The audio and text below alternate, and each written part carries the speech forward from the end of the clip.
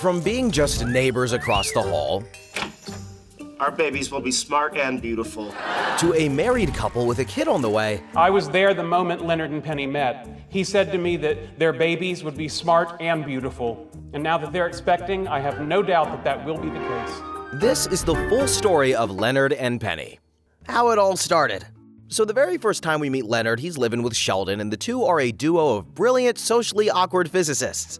Leonard's social circle, it consists of the same three people every day: Sheldon, Howard, and Raj. And his idea of excitement is playing video games and arguing about comic book characters or the laws of physics. And then Penny shows up, and just like that, everything changes. Guess I'm your new neighbor, Penny.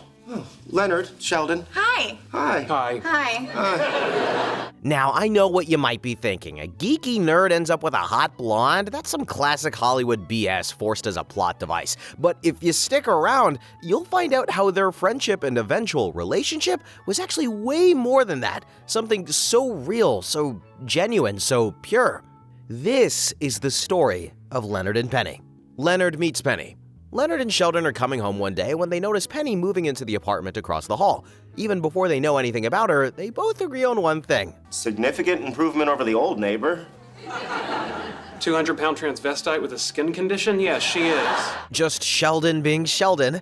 Leonard, on the other hand, is already in love, and you can practically see it on his face. Penny finally notices them, and they exchange an awkward double hi. We don't mean to interrupt. We live across the hall.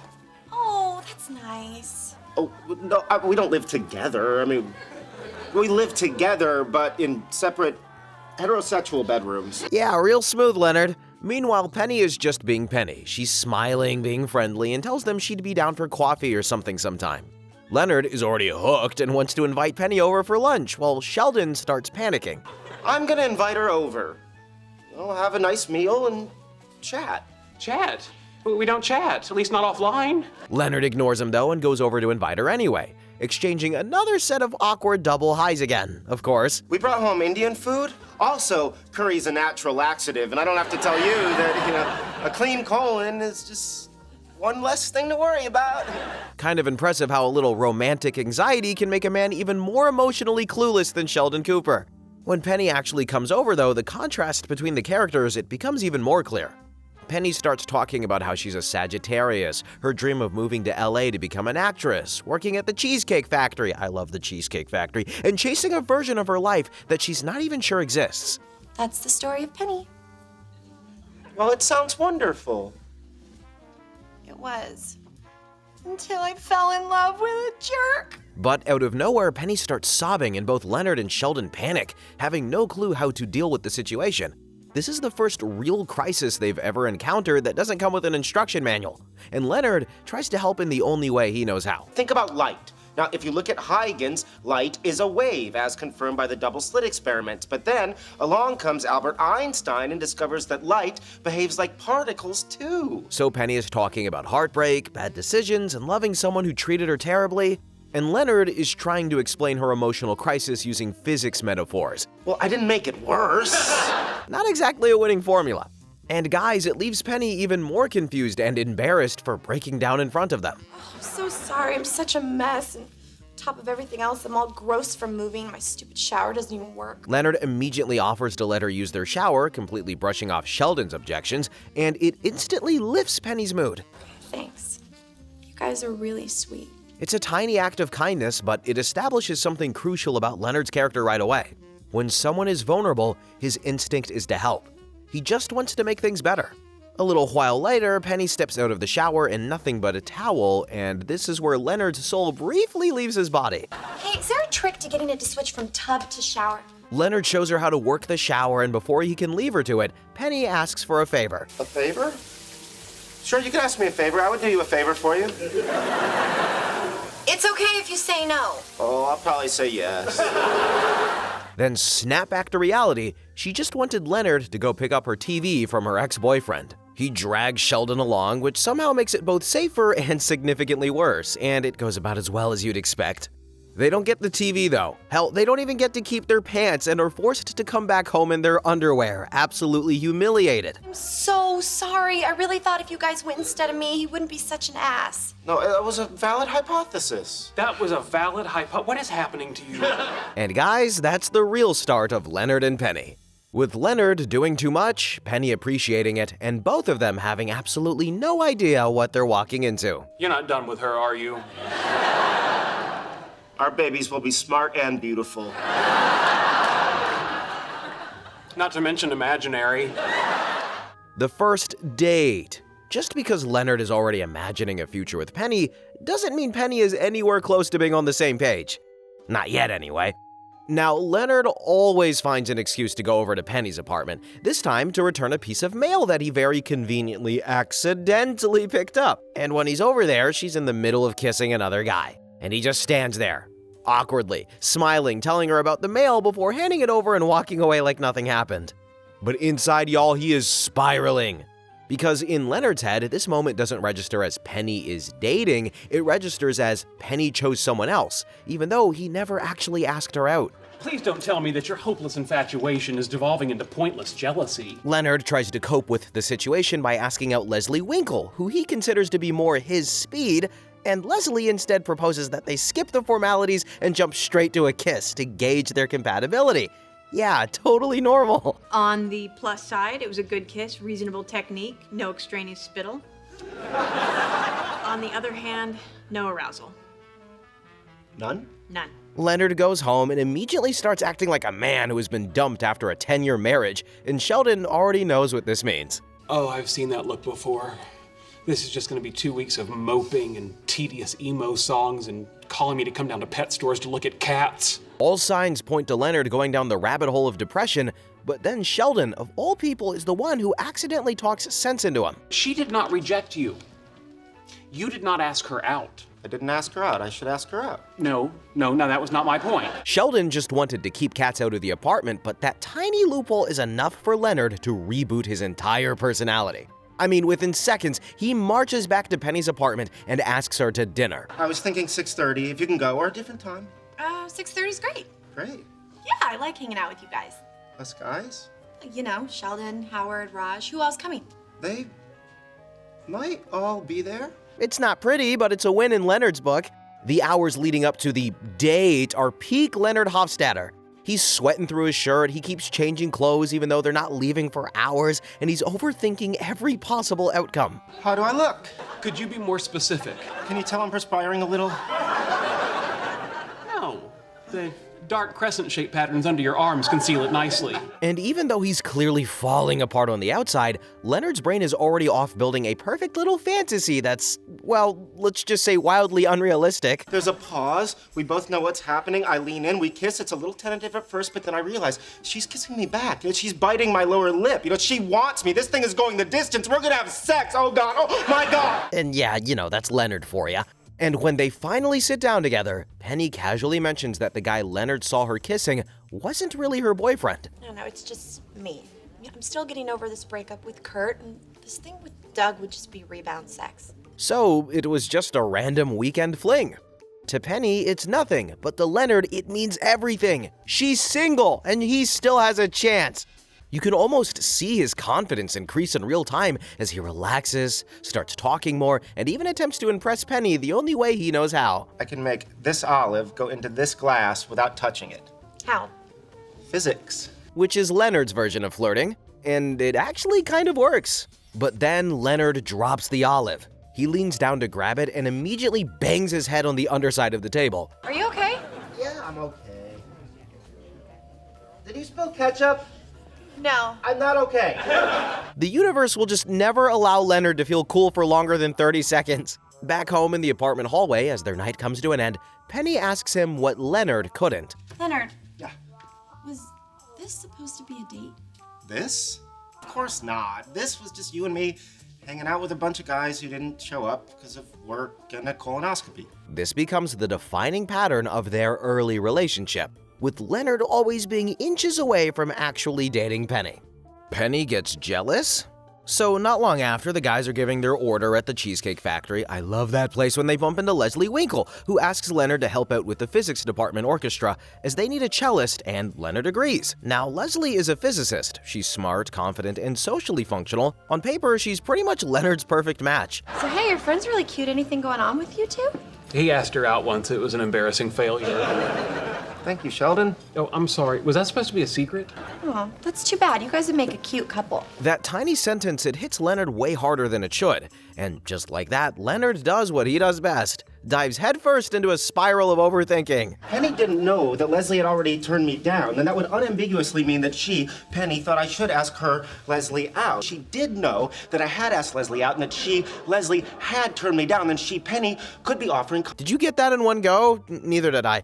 Meanwhile, one thing quickly becomes clear though. Leslie is not interested in dating Leonard. She's just interested in sleeping with him, which is exactly what they end up doing when she comes over for some cello practice. The situation spirals into panic mode for Sheldon as he can't understand why there's a tie hanging on Leonard's bedroom doorknob, and he ends up dragging Penny into the middle of it to explain. A tie on the doorknob usually means someone doesn't want to be disturbed because they're, getting busy. Penny's naturally intrigued in finding out who Leonard is with and asks Sheldon about it. Well, there's Leonard. And he's either with Leslie Winkle or a 1930s gangster. Good for him. Good for Leonard. That sounds supportive, but it doesn't quite land that way. Because for the first time, Penny is confronted with the idea that Leonard isn't just the awkward guy across the hall who has a crush on her. He's a guy other women want as well, making him more desirable. That's science for you. And by the end of the episode, Penny checks in on Leonard. How are things with you and Leslie? Oh, to be honest, I don't think it's going to work out. Oh, that's too bad. Well, hey, don't worry. I'm sure there's someone out there who's just right for you. So, despite what everybody thinks of the two, maybe it's not so one-sided after all, huh? And it's fascinating. Because now Penny is essentially doing the same thing Leonard keeps doing. She's expressing care, but she's also keeping a distance. Neither of them is ready to cross the line. At least not yet. Now we're at the Halloween party. When Penny invites the guys to a Halloween party at her apartment, the whole thing screams opportunity to Leonard. I need you not to embarrass me tonight. Tonight, no one needs to know that my middle name is Leaky. Your father worked with Louis Leakey, a great anthropologist. It had nothing to do with your bedwetting. At the party, everyone is loud, casual, confident, and socially fluent, while Leonard looks like a foreign exchange student who got dropped into the wrong country. I want to get to know Penny's friends. I don't know how to talk to these people. But he can't bring himself to actually do it. Then Kurt walks in and everything gets 10 times worse. Penny greets Kurt warmly and there's definitely history there. And Leonard immediately feels about 4 inches tall because Kurt represents everything Leonard is not. Big, confident, and physically intimidating. The kind of guy Penny used to date. But instead of shrinking away, something unexpected happens, guys. No. I'm going to assert my dominance face to face. Yeah, that goes about as well as you'd expect.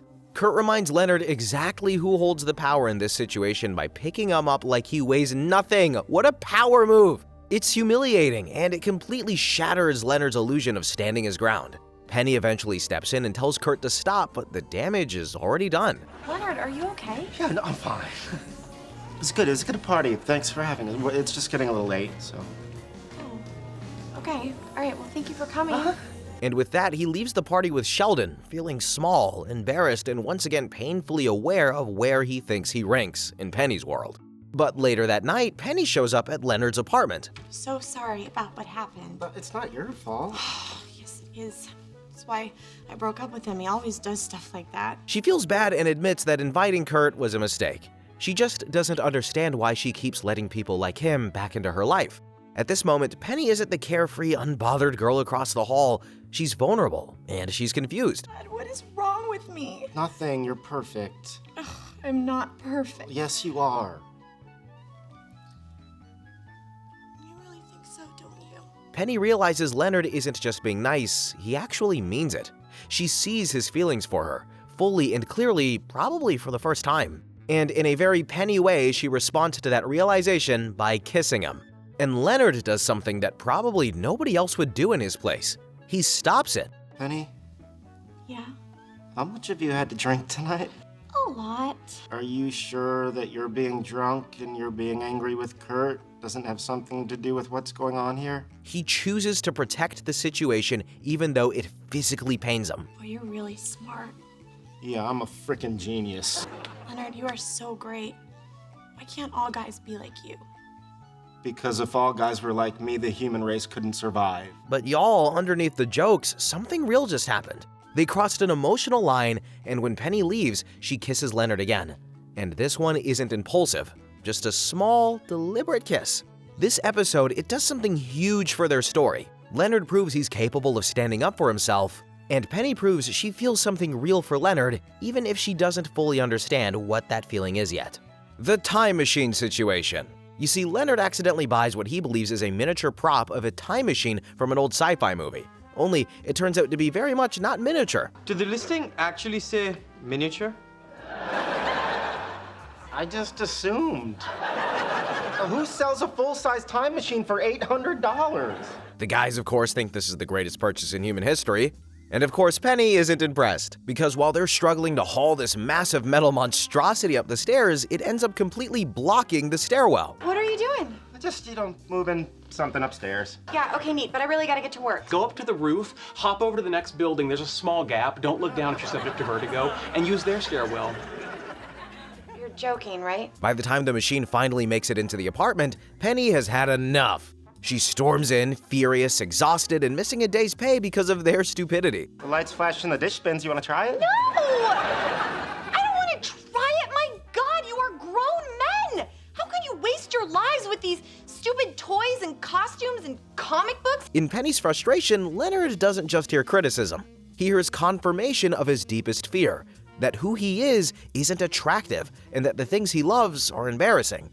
Later that night, Sheldon finds Leonard sitting in the time machine, depressed. Here's the thing. Girls like Penny never end up with guys who own time machines. I disagree. But your inability to successfully woo Penny long predates your acquisition of the time machine. Leave it to Sheldon to lighten the mood. Leonard believes he is to become someone else to be worthy of her, so he makes a decision. He's going to grow up. What are you doing? I'm packing up all my collectibles and taking them down to the comic book store to sell. All the stuff that's been a constant source of comfort and identity for him since childhood. The other guys panic because to them, this is unthinkable. But y'all, Leonard is locked in. He's convinced that if he wants any chance with Penny, he has to turn himself into a different version of a person. And then, Penny shows up. Okay, look, if this is about yesterday, Leonard, I am really sorry about what I said. I was just upset. No, I needed to hear it. No, you didn't. Look, you are a great guy, and it is the things you love that make you who you are. Leonard appreciates her for saying that, but he tells her he needs to move on from this stuff, and she kisses him on the cheek for showing that maturity. For a moment, it seems like Leonard might still go through with selling everything, because the damage has already been done, and that seed of insecurity, it's still there. But then Penny's friend shows up. Hey, Penny. Hi, Mike.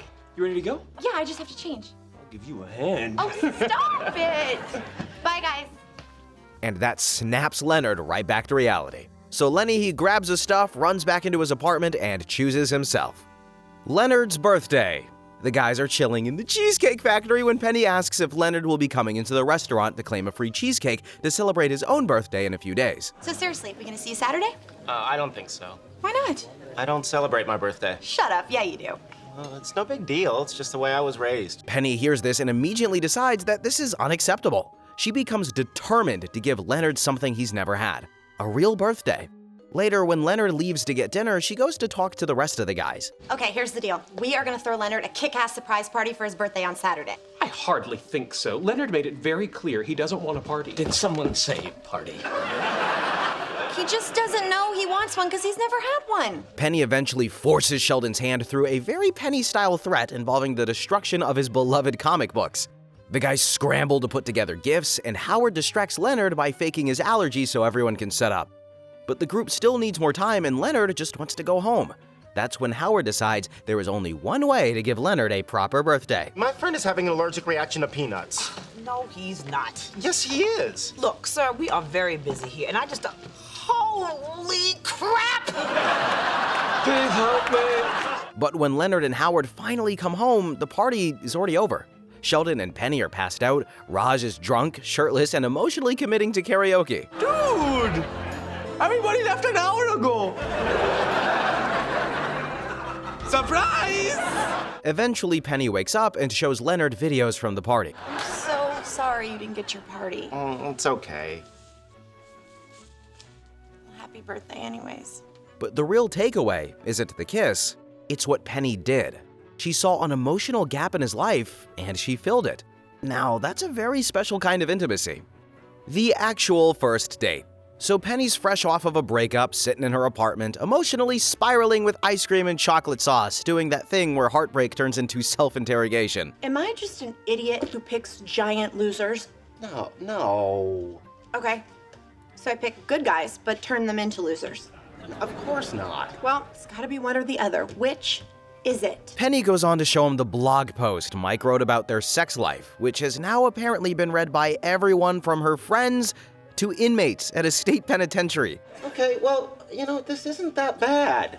It just paints the picture of a very affectionate woman who's open to expressing her affection in non-traditional locales. And for a second, Penny calms down. She wonders if maybe she's overreacting and she never gave Mike a chance to explain himself. And Leonard, despite clearly wanting to tell her to never speak to Mike again, still supports her decision to go hear him out. Huh. Maybe I am her gay friend. When Penny comes back, she storms into Leonard's apartment. Thank you so much for your stupid advice. Incredible. You managed to screw up the screw-up. Leonard heads over to find out what happened, and it turns out Mike didn't want to explain anything because he'd already moved on. She found him making out with another woman. I would like to go out with someone who is nice and honest. What about me? Are you asking me out? Yes. Yeah. Why not? I mean, what do I have to lose? Ooh, that's gotta hurt. And Leonard tries very hard not to take it personally. The next day, both of them independently make the same decision. They go to Sheldon, Sheldon? Hiya! Just the water! which is objectively a terrible idea. Penny talks to Sheldon first, and she's nervous because Leonard isn't the kind of guy she usually dates. And if this goes badly, she's not just risking a date, she's risking a friendship. Penny assumes Sheldon already knows about the date. He didn't actually say anything, but when he came back to the apartment, he was doing a dance that brought to mind the Happy Hippos in Fantasia. Which tells you everything you need to know about how much this means to Leonard. Penny goes on to mention how she is aware that Leonard has a little crush on her. Little crush? Well, I suppose so, in the same way Menelaus had a little crush on Helen of Troy. Still, Penny keeps circling around the same fear. What if this ruins everything? And guys, this is where Sheldon accidentally displays an impressive level of emotional intelligence, which I don't really need to point out is quite rare for him. Just like Schrodinger's cat, your potential relationship with Leonard right now can be thought of as both good and bad. It is only by opening the box that you'll find out which it is. Leonard, meanwhile, also seeks Sheldon's advice. What if he messes up his only chance with Penny? Tell me whether or not to go through with the date. Schrodinger's cat. Wow, that's brilliant. When Penny and Leonard finally meet for their date, Penny stops him. She wants to talk first. Leonard asks if she's ever heard of Schrodinger's cat, and Penny, now fluent in Sheldon speak, says she's heard more than enough about it. That's all Leonard needs to lean in and kiss her. All right, the cat's alive. Let's go to dinner. And there's no putting the cat back in. Penny's insecurities. Leonard and Penny are coming back from their first real date, still caught in that soft afterglow that happens when something you've wanted for a long time actually works. They're kissing in the hallway when Leonard notices Howard spying on them through the security camera. Why don't you just go into your... You know, but maybe we should slow things down a little. No, I didn't mean to go into your apartment to go fast. No, I know. I know what you meant. It's just only our first date. Ouch. Leonard walks into the apartment, surprisingly okay with how the date went until the guys chip in. Dude, she said she wants to slow things down. It's like saying, I'm really enjoying this meal. I'm going to slow down and savor it. It's like this fish tastes bad. I'm gonna slow down and spit it out. This plants the first seed of doubt. Later, Penny seeks out Sheldon and wants to know if she and Leonard actually make sense together. I get it. Leonard has no business being involved with a waitress/actress who felt so insecure that she lied to him about finishing community college. She then asks Sheldon to keep this a secret from Leonard, which immediately sends Sheldon into a crisis. Because Sheldon just can't sit on a secret. If he knows something he's not supposed to say, being around the people involved literally drives him insane. And while Sheldon struggles with that for the rest of the episode, the next day, Leonard tries his luck with Penny again. If you're not doing anything Friday night, I thought maybe we could go see a movie. Oh, I think I have the dinner shift on Friday. So you just let me know when you know. Okay, so, oh God, I am the bad fish. Sheldon, meanwhile, is just unraveling. The secret is sitting in his brain like an unsolved equation, and eventually, by the end of the episode, he cracks. He tells Leonard that Penny is worried he's too smart for her and that she thinks she's not enough. Leonard is relieved to know that he's not the problem, and the next day he goes over to Penny's apartment determined to fix things. Now that we know what the problem is, there's a simple solution. Dr. Leonard Hofstetter can't date a girl without a fancy college degree. Well, it's really not that fancy, it's just a city college. You fell right into that one, huh, Leonard? And so, while Leonard's biggest fear is not being enough for Penny, Penny's biggest fear is being less than Leonard. Relationships, man, they're just so complicated. The aftermath of the first breakup. So while their first relationship stint, it was short-lived, they didn't really break up in the traditional sense. They just went the wrong way about dealing with this problem and not wanting to ruin their friendship, so sort of ended up choosing to avoid the whole thing instead. And naturally, Penny does what she always does after a breakup. She finds a rebound. The guys come home to find Penny in the hallway with a new boyfriend. You guys, this is my friend Eric. So yeah, good to see you. Yeah, it's good to see you too. We should probably go. Yeah. Bye, guys. Well, that was awkward. So Leonard lets the truth sink in. Penny is dating again, which means he should probably be dating again too. So with a little nudging from Howard, Leonard takes inventory of his romantic resume, which is limited: Joyce Kim, a North Korean spy, one emotionally confusing night with Leslie Winkle, and one real date with Penny. So he tries his luck with Leslie again, who surprisingly agrees, and to his credit, the date actually goes well. As their night comes to an end, Leslie leaves Leonard's apartment and they're talking about a second date when Penny comes up the stairs with Eric. No, it wasn't my cat. It was an experiment designed by this guy named Schrodinger. Yeah, Penny has moved on, surely. They pass by Leonard and Leslie awkwardly, and then they both kiss their dates goodnight. Okay, that's enough. Call me. Right. Okay, good night. What? Had a great time, ciao.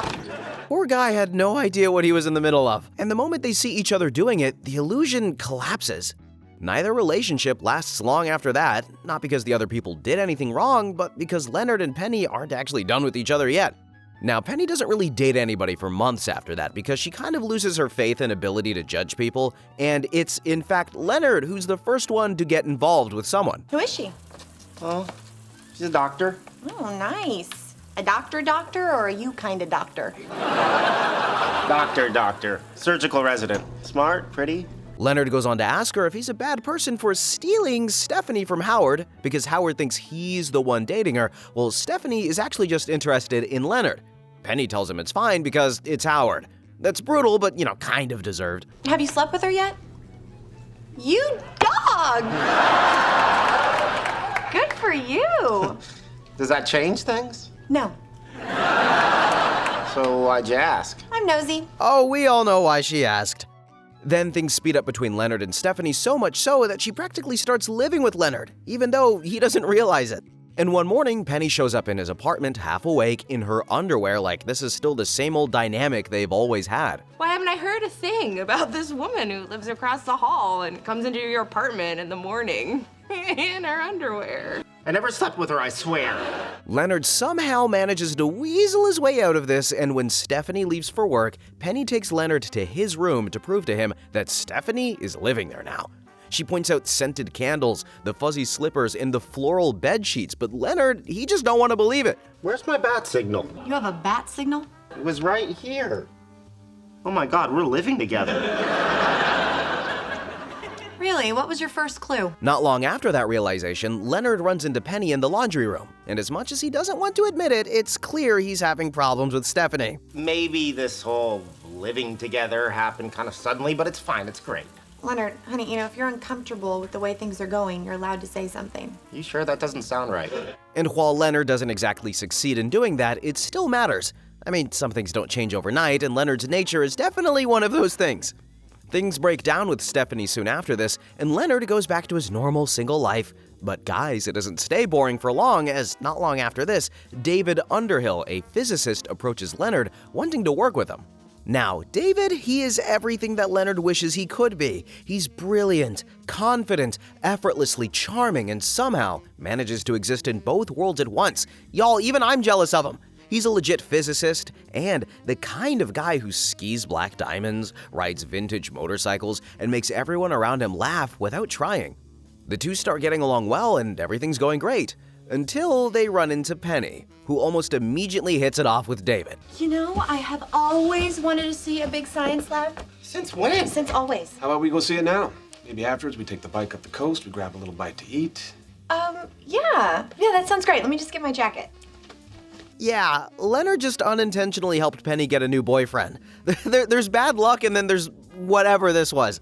Later, Leonard runs into them at the university cafeteria. Hey, Leonard, come join us. Oh, hey, Dave and Penny, what a surprise. Hey, Leonard. Dave was just showing me around the university. You know, this place is unbelievable. Yeah, I know. I've been offering to show you around for a year and a half. Okay, this was getting ridiculous, and even Leonard couldn't take it any longer. Back at the apartment, Leonard finally confronts Penny. You said that you didn't want to go out with me because I was too smart for you. Well, newsflash, lady. David Underhill is 10 times smarter than me. Dave is not smarter than you. He's an idiot. Well, turns out Dave was messing around with Penny while being married. Just another charming guy who looks perfect on the surface and turns out to be deeply disappointing underneath. And you, if you are so okay with the way things are between us, why are you so jealous? Look, the important thing is he's married, and that's terrible. Dating sucks these days, doesn't it? But what matters is that Penny and Leonard end up exactly where they always do after things fall around them, next to each other. Penny kisses him on the cheek, wishing him Merry Christmas, and for a moment, it almost feels like this is where they belong. Almost. And while it seems like the two are getting closer again, it doesn't really develop into anything yet. Sometime later, Penny's having some financial problems and even has to borrow money from Sheldon just to pay her rent. So, Leonard heads over to see if he can help. Turns out her ex-boyfriend Kurt still owes her $1,800 for some fines she cleared on his behalf, but she doesn't want to confront him about it. So Leonard asks her what her plan is then. Why don't you just get a roommate and stay here? Do you know anybody? Sure, the guy living with Sheldon wouldn't mind moving in with you. If we started living together, I wouldn't be able to keep my hands off you. Really? And you thought my acting lessons were a waste of money. Getting a little too ahead of yourself, eh, Leonard? What follows, though, is Leonard quietly deciding that if Penny's problem involves Kurt, then Kurt is now his problem. Now, I think we all remember how that last trip to confront Kurt ended with the guys walking home without their pants, but Leonard pushes anyway. Penny's in kind of a financial jam, and the money that you owe her would go a long way to solving her problems. And she sent you to get it from me? No, she's too proud to ask for the money. I, on the other hand, feel you should honor your debt. The rest of the guys bail after that, but Leonard, the absolute madman, stands his ground, refusing to leave without the money. And that, it goes about as well as you'd expect. Congratulations. You may not have succeeded in getting cash, but you did secure a formal acknowledgement of the debt. Oh man, the things we do for love. Later, Penny shows up at his apartment. Turns out Kurt did pay up after all, and Leonard immediately starts thinking it was all worth it after all, right? He said he was feeling guilty and wanted to do what was right. I just think he's really changed. We're having dinner tomorrow night, and I get to wear my new beret. But don't worry, everybody, because things are not all doom and gloom, because when Leonard's mother, Dr. Beverly Hofstadter, shows up and drives everyone crazy by overanalyzing their lives, it accidentally turns into a bonding experience for Leonard and Penny. Sheldon feels like he's found the female version of himself and hits it off with her, giving Leonard the opportunity to escape. Hey, You got alcohol? your mom's still here? Yep. Come on in. Penny starts talking about how Beverly was right about her, always seeking external approval because of how she's still desperately trying to make her acting career work just to make her father proud of her for once. When I was 10 years old, I built a hugging machine. A hugging machine? Yeah, I got a dressmaker's mannequin. I stuffed it with an electric blanket so it would be warm, and I built 2 radio-controlled arms that would hug me and pat my back. And that's just, that's depressing, man. Anyway, one thing leads to another and the two start making out, even moving to the bedroom. Ooh, Leonard naturally can't digest that this is actually happening and can't stop blabbering. You know what my mother would say about this? She would say, because you were not loved by your father and I was not loved by my mother, that having sex is our way of making up for the intimacy we didn't get as children. Why would you bring that up right now? You just couldn't keep your mouth shut, could you, dog? So that's the end of that. But the back and forth continues when sometime after, a tall, blonde, hot new neighbor, who's now also an actress, moves into the apartment on the 5th floor above the gang. And the guys, including Leonard, are immediately smitten with her.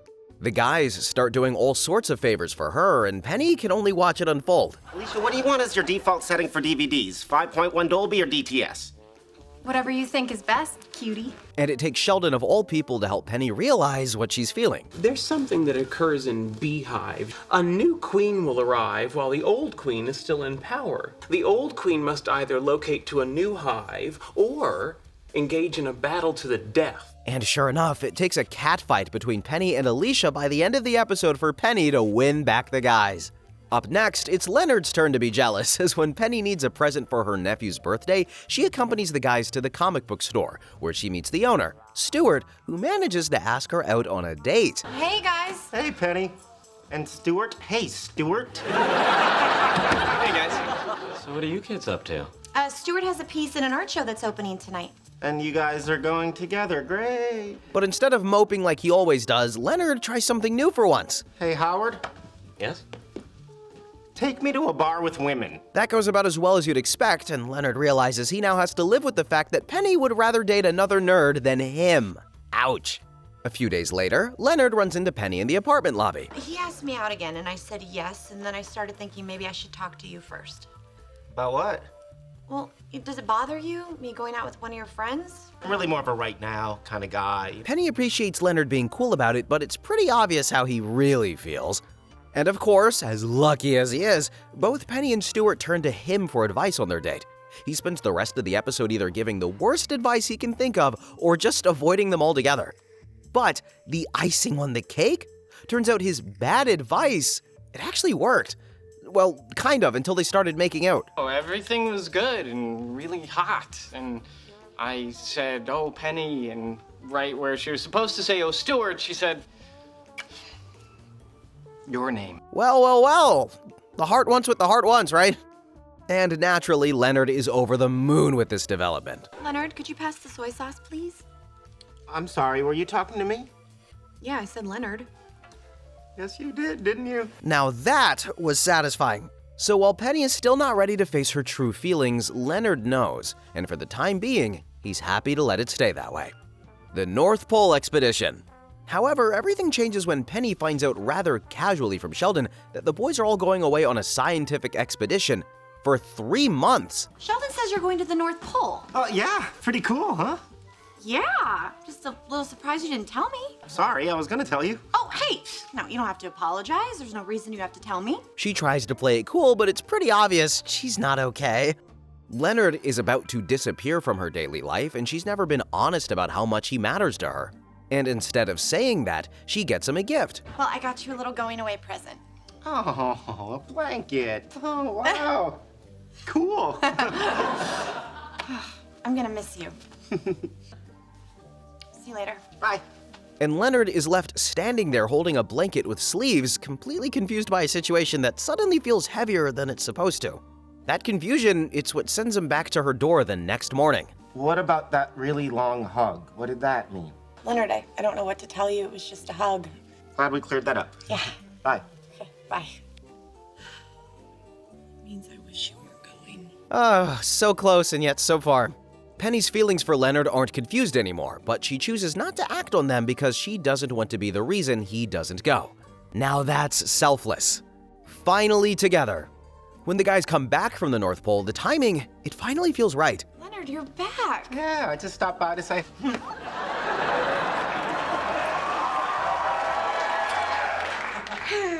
Yeah, so hi. And in that moment, it looks like all that distance, all that waiting, it actually paid off.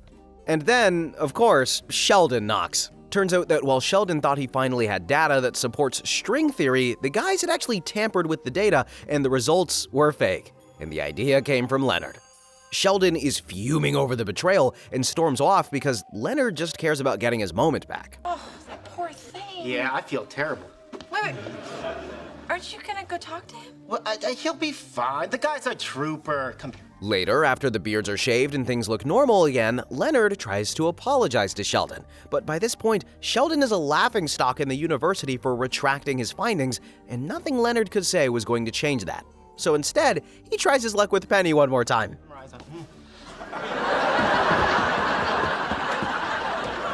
Red alert, Leonard. Sheldon ran away. Man, I cannot catch a break. And then, Sheldon's mother calls him. Apparently, Sheldon is back home in Texas. Now, this is the last thing Leonard wants to deal with right now, and he's just happy sending Raj and Howard to go get him. He's your best friend. Well, I already saw him naked. Just come here. No.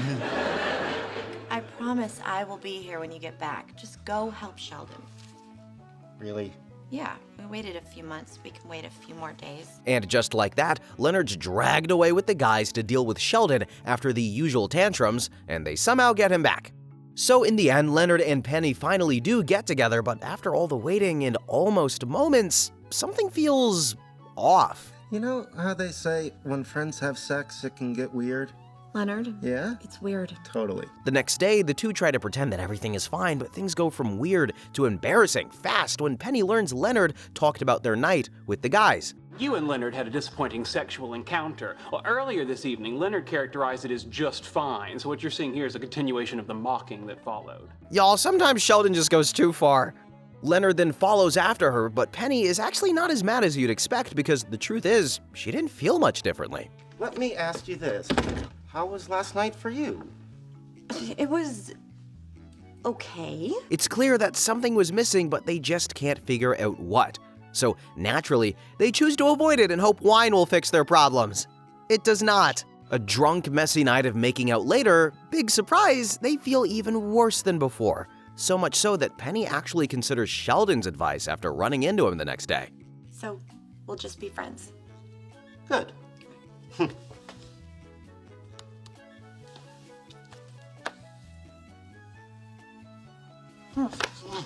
And with that, they finally break the ice. So yeah, things are going really well since then, and one day, the guys are planning on going kite fighting when they run into Penny, who's inviting her friends over to watch a football game at her place. And Leonard's not invited because he doesn't like football. No surprise there, but that doesn't stop Leonard from feeling left out. Leonard just realized that Penny's been hiding him from her friends because he's a tiny little man who flies kites. Way to hold back, Raj.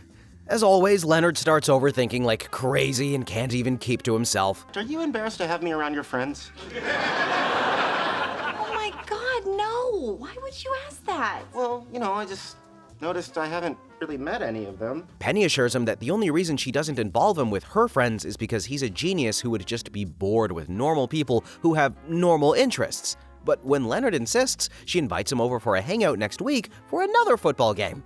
Now guys, Leonard doesn't know the first thing about football, so naturally, he starts reading books on it, treating it like any other academic exercise, and even watches some games to get an idea. A for effort, at least. Fast forward to the game, and Leonard is doing exactly what he was getting insecure about, embarrassing Penny when Sheldon drops in and offers him an out. But Leonard, he's determined to see it through. Well, almost. I wouldn't mind if you wanted to go fly kites with Sheldon. No, I'll watch the end of the game. Besides, there's only 3 minutes left. Until halftime. This is just half? You know how they say it's the intent that matters. The first big argument. Well, guys, it was bound to happen sooner or later. So, Leonard and Penny are playing a new board game with Sheldon that he invented called Research Lab, when Penny casually mentions that her guitarist friend Justin will be crashing on her couch for a couple of weeks.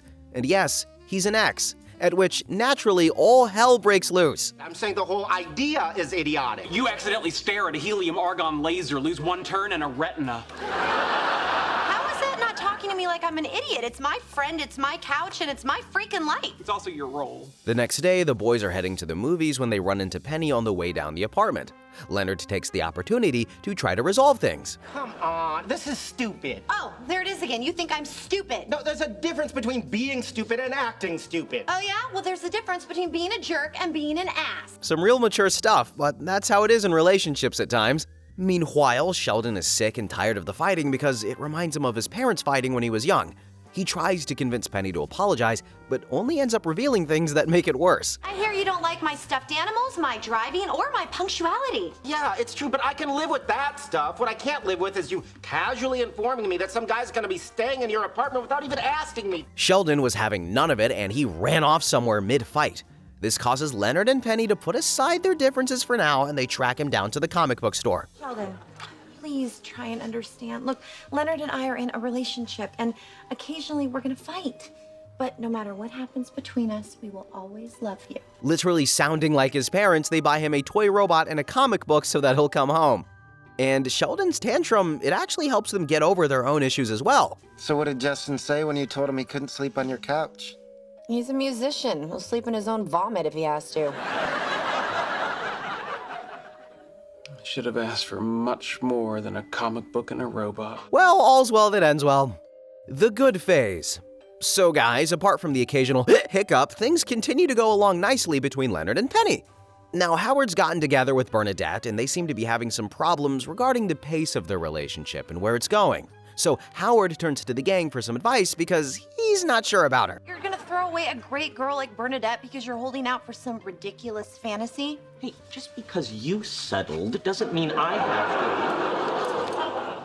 Excuse me, I'm sitting here. He doesn't take it personally though, just goes to show how comfortable they've gotten when it comes to each other's insecurities. Next up, Penny spends an entire episode willingly taking physics lessons from Sheldon in an attempt to understand a bit of Leonard's work, and to impress him. I don't know if it gets any more wholesome than that. And by the end of the episode, she does exactly that. Actually, that's not true, Leonard. In fact, recently I've been thinking that given the parameters of your experiment, the transport of electrons through the aperture of the nanofabricated metal rings is qualitatively no different than the experiment already conducted in the Netherlands. Sheldon looking like a proud mom after that little performance. Moving on, we've got Valentine's Day, which is coming up, and for the first time in their lives, Leonard and Howard are excited for it. Poor Raj, though, dang. The university is sending Leonard to go observe the CERN Large Hadron Collider in Switzerland, and he gets to take a +1. We're going to Switzerland to see the CERN Super Collider. And ski, we'll also go skiing. We're going skiing in Switzerland? We will be in Switzerland for Valentine's Day. Their joy, it's short-lived though, because Sheldon expects Leonard to take him instead because Penny's got no interest in subatomic particles anyway. And because it's in the roommate agreement that if either Leonard or Sheldon ever get the opportunity to go to CERN, they will take the other one. Because of course it is. When Leonard refuses to budge though, Sheldon attempts to convince Penny. I'll talk to Leonard. You will? Yes. If it means that much to you, you should go. Oh, Penny, thank you. But she did. And even though neither of them got to go in the end because they both got sick on Valentine's Day, it speaks volumes of her character. She protects Leonard's friendships at times even when Leonard himself doesn't want to because he prioritizes her. But she doesn't get in the way, even if it means giving up time with him. And I mean, what more could you want in a partner? The confession. Alright, so it's safe to say that things have been going well for Leonard and Penny. So well, in fact, that Leonard feels like it's the right time to take it another step forward. I love you, Penny. Thank you. You're welcome. I'm glad. Yeah, oh, good. Good, glad is good. Yeah. Ooh, that's rough, buddy. The next day, the gang all goes out for some bowling versus Stewart's team, which includes Will Wheaton, and Leonard somehow decides that this is a good time to confront Penny about what happened the prior night. This isn't the place to have this conversation. No, the place to have the conversation was in bed after I said I love you, and you said thank you, good night. Don't push it, Leonard. I am not pushing anything. You are. You don't get to decide when I'm ready to say I love you. Well, this has suddenly taken an ugly turn. Without Penny, the guys stood no chance in the game, and soon returned home as well. Sometime later, Leonard is doing his laundry when Penny drops by to make up, and of course, Leonard is already ahead of her. All right, maybe I overreacted. So we're in two different places emotionally, so what? And maybe I'm a little ahead of you, and that's fine.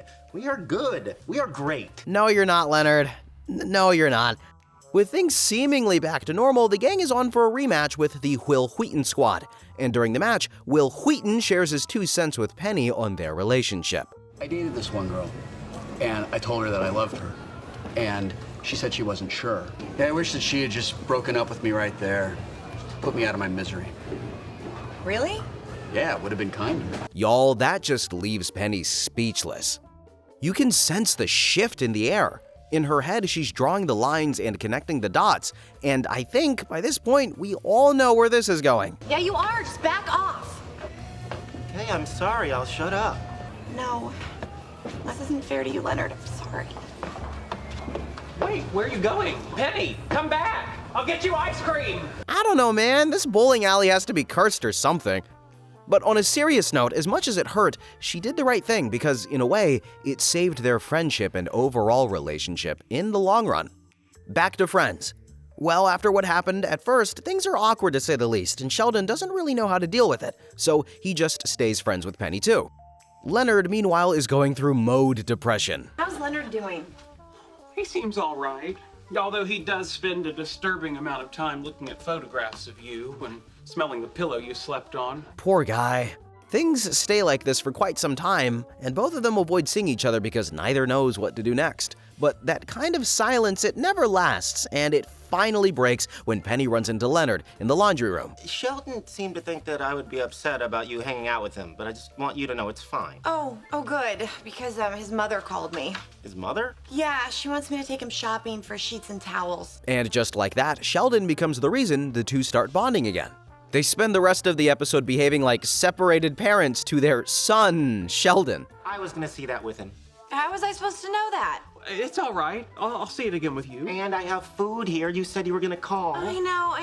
I can still eat. No, you already threw up once. Go put on your PJs and brush your teeth. Leonard then invites Penny to stay for a cup of coffee, and even though she's unsure at first, she agrees. Meanwhile, Raj and Howard are just watching this unfold like, what is even happening? But weirdly enough, this new dynamic is exactly what they needed to move on. I think we can do it. Smother Sheldon in his sleep? Wouldn't that be wrong? No, be friends. You and me. Well, no matter what happens from this point on, one thing's for sure. These two have really come a long way, haven't they? The aftermath of the second breakup. While things have gone back to normal between Leonard and Penny, their breakup is still fresh in everybody's minds when Dr. Elizabeth Plimpton arrives on Sheldon's invitation to stay over at his and Leonard's apartment. Now, Elizabeth is brilliant, accomplished, and completely uninterested in boundaries, and what's supposed to be a professional visit turns into something else almost immediately. Leonard is just being Leonard, polite, attentive, flattered that someone like her even notices him, and before he even realizes what's happening, it happens. Here, let me show you.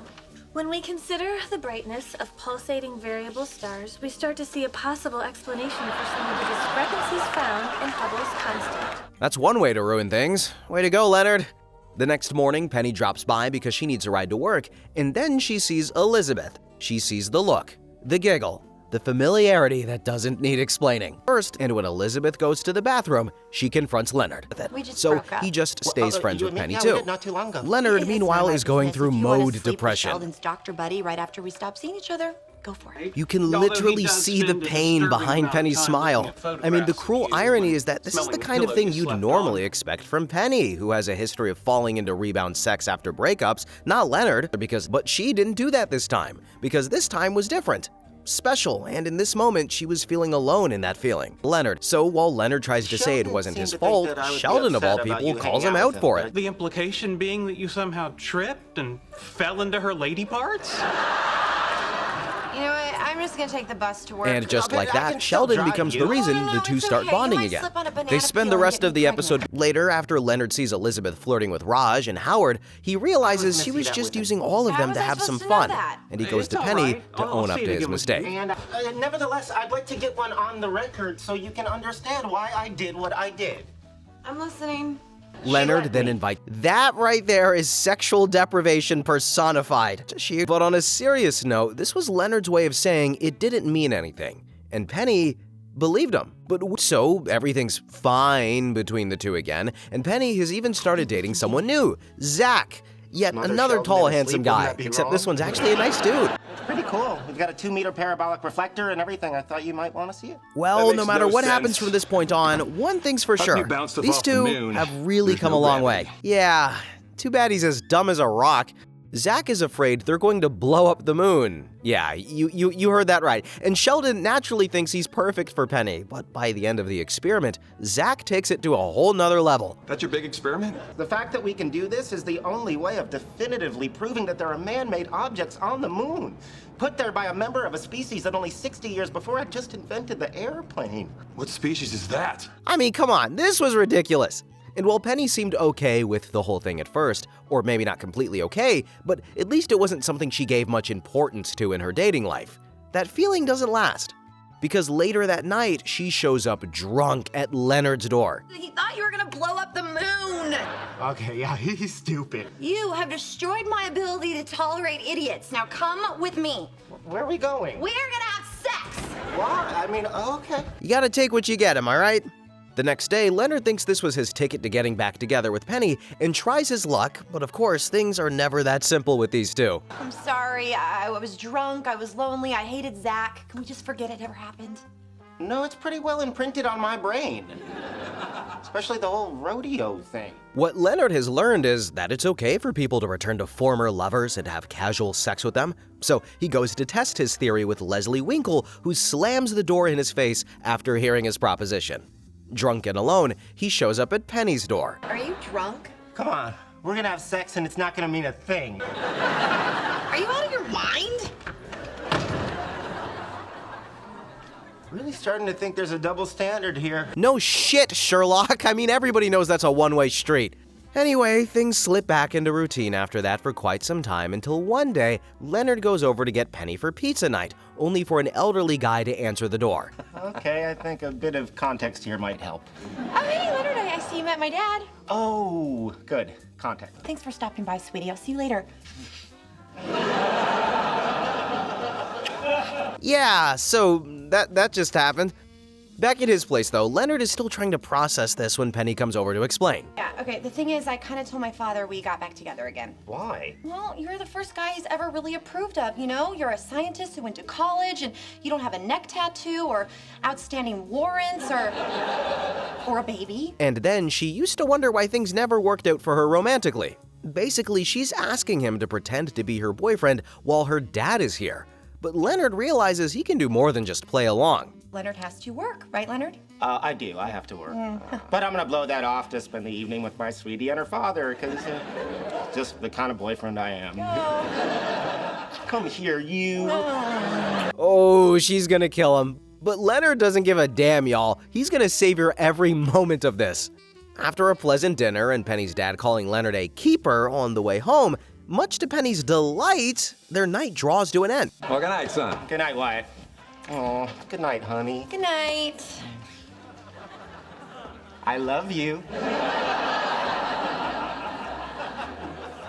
love you too. No shot he just did that.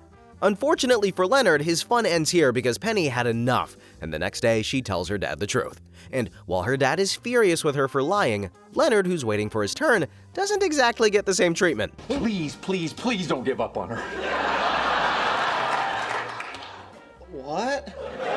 I can't go back to the skateboard idiots, the white rappers, and all those sweaty dumbasses with their backwards hats. It's wholesome how highly Penny's dad thinks of Leonard, and it probably does a lot more for his confidence in the long term than he realizes. Next up is New Year's Eve, with the gang planning to celebrate it by going to the comic book store costume party, because what else would they be doing? Side note, Penny's dating Zach again, and despite her clearly not wanting to, Zach convinces her to join the gang in going as the Justice League.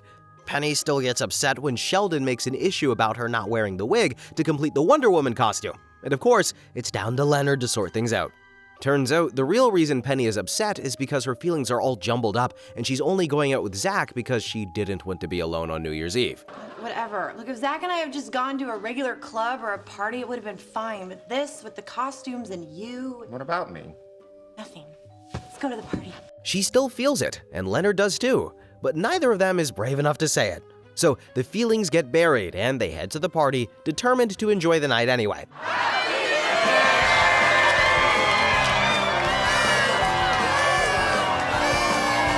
Sometimes silence speaks louder than words ever could.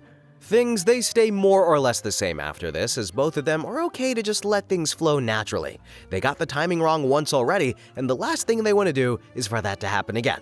But when the whole gang gets invited to a science conference in San Francisco, the road trip, it presents an opportunity for them to finally talk about how they broke up. Still mad at me about that? No, I understand. You know, maybe it wouldn't be the worst idea in the world to violate the neutral zone for just one night. Oh. Well, some things never change, and Leonard's luck is clearly one of them. Penny versus Priya.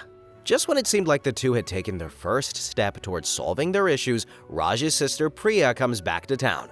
Now, Leonard has a history of hooking up with Priya every time she drops by, something Raj naturally despises, and this time, Penny doesn't exactly take it well either. Sheldon's new friend, Amy, checks in on her every now and then, and while she tries to brave it out at first, pretending to be fine, seeing Leonard joking and laughing with another woman eventually takes its toll. I already told you I'm okay with it. I mean, if anything, I'm quite pleased that Leonard has found someone that makes him so happy. Oh, it's okay. It's okay. Just goes to show how much Penny cares for Leonard by this point, even if it was too late. Guys, it's both funny and sad how everything comes down to timing in relationships. Sometimes you're too early and you ruin the flow, and sometimes you're too late and just get replaced by someone else. Totally oblivious to Penny's feelings, Leonard continues to enjoy his relationship with Priya. And while the gang is having dinner one night, the two enter and head straight to the bedroom, prompting Howard to ask Raj if he's gotten used to it yet. I'm not going out with him. He can sleep with whoever he wants. Yeah, I was talking to Raj. Oopsie. The drama continues, and it's only a matter of time before Priya clocks Penny as a threat, given their history and how close she is still to Leonard, and demands some lines be drawn. Now, we all know how much of a backbone Leonard has when it comes to these situations, so when he tries to talk to her, it's no surprise Penny doesn't take the hint, and even shows up on his dinner date with Priya. That's our Lenny, huh? Yes, that's our Lenny. So how's the food here? Oh, wow, that is really, really good. Okay, I'm sorry, you guys are on a date. We can hang out anytime. Have fun. So yeah, Priya asked Leonard to draw a line with Penny, and Penny ended up crossing several lines in her face, and Leonard just watched. It was clear, though, that this couldn't go on any longer. Leonard, he had a choice to make. I was hoping you could help me with. Sure, anything. Move out. Leonard, this is about Priya, isn't it? She doesn't want me hanging out with you. Yes, there, I said it. It doesn't matter. Look, I promise from now on, I will keep my distance from you. It's not as simple as that, though. Never is with these two. They live right next to each other, and now that he's finally having this conversation, Leonard starts to realize what it really means, and he starts having second thoughts. Leonard, I get it. You're in a new relationship now, and I'm happy for you. So why don't we just shake hands and part friends? Well, now, hold on. Bye, Leonard. Damn, you gotta give it to Penny, though. Very few people would be as selfless as her in such a situation. What follows, however, is a rather awkward period of time where Penny has to keep her distance from Leonard, and as a result, the gang as a whole, just because Priya is there with them every time they hang out. So instead, Penny is forced to spend most of her time with just Amy and Bernadette. This whole dynamic goes on, and Leonard even moves in with Priya, leaving behind Raj as the new temporary replacement, as Sheldon calls him. But things become too complicated between Leonard and Priya, and one day, Leonard catches her on a video call with her parents, who want her back in India. Why are you lying to us? She's lying because she doesn't want you to know we're dating. Leonard! What difference does it make if you're moving back to India? We're obviously breaking up. You know what? I don't want to deal with this right now. And while things are falling apart here, Penny, having the rare opportunity to spend some time with the gang, is having dinner with Raj and Sheldon. A few glasses of wine later, and Penny finally shares her true feelings while Sheldon has gone off to bed. Can I tell you a secret? Yeah. I screwed up. Leonard's a great guy. Never should have broken up with him. Regret? That's a new emotion for Penny. And before she even realizes what she's doing, Penny wakes up the next morning next to Raj. Yeah. And to make matters worse, Leonard has actually come back home after his breakup and spent the night on the couch. Damn. What's going on? Oh. It's not what it looks like. As shocked as everybody was witnessing that, it turns out Penny was right after all, as Raj explains later that the two fell asleep before they could actually do anything. Thank God for that. And so, with Priya out of the picture, the universe snaps back to default settings and the whole gang is back together again. Going out as friends. Coming back home from work one day, Penny runs into Leonard and they start chatting like old times. Really? Do we do that? What do you mean? You know, we haven't spent time alone together since we broke up. Oh, it's not a date, Leonard. It's just a man and a woman hanging out and not having sex at the end of the night. Sounds like most of my dates. Leonard being pathetic never gets old. At the theater, Penny wants to see a Jennifer Aniston movie, while Leonard wants a documentary about building a dam in South America. Penny, of course, pushes her pick, assuming Leonard will go along like always, but Leonard reveals the truth that he hates those movies. The only reason I went is because you wanted to see them and I wanted to have sex. To this day, I can't see a Sandra Bullock movie poster without getting both bored and aroused. I don't know about you, but I feel like going out as friends should be suggested in couples therapy. So with sex off the table, the damn documentary it is. And afterwards, they head over to a bar where they spend their time flirting with strangers, casually airing out each other's secrets like it's foreplay disguised as teasing. Throwback to Leslie and Eric, I guess some things never change. We went out, saw a movie, met some nice people, said horrible things about each other in public. All in all, a pretty magical night. Okay, I'm not innocent in all this, but you basically called me stupid. Yup, that night was 10 out of 10. Of course, Leonard apologizes and the two make up, but it wasn't all bad after all. And I'm putting sex back on the table. What do you think about that? Oh, maybe I like it. You do? Because if that's what you like, I can be that guy. I swear I'll be anything you want me to be. And just like that, he's back to factory settings. Daydreaming. A few days later, Leonard and Sheldon are heading up the stairs to their apartment discussing dinner options when Sheldon starts talking about what they would eat if the human race had evolved from lizards instead. And Leonard's attention, it drifts across the hall to Penny. Excuse me, Amy. Penny, do you have plans for dinner tonight? Why, you guys going somewhere? No, I mean just you and me.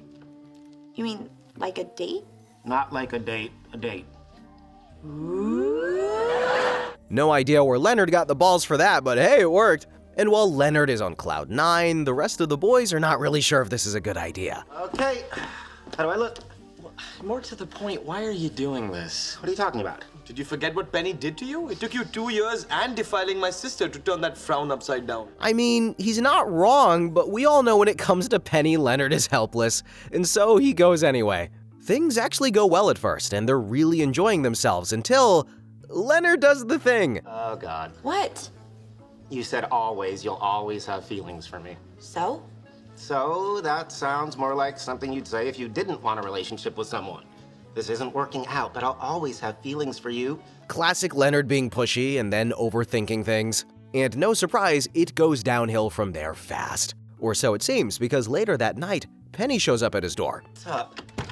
Do not overthink this.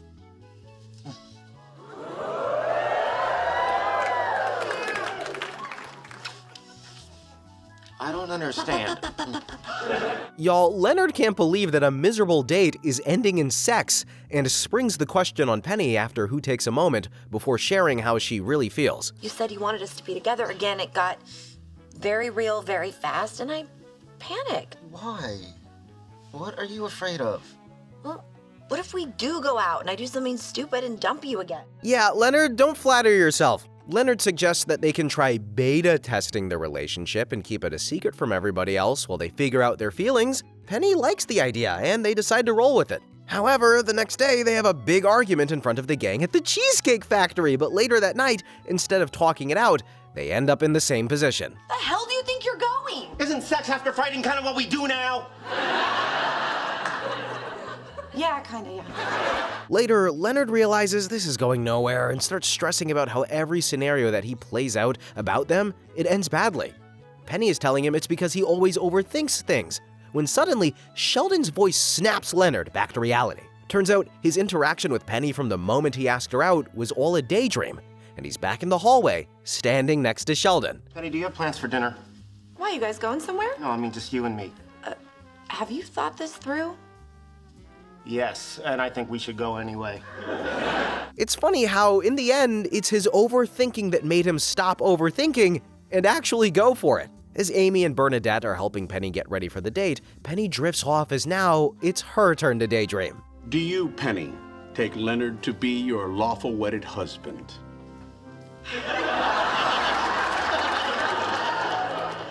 Well, It's a little late for me to start saying no, isn't it? So Leonard is not the only one getting ahead of himself anymore.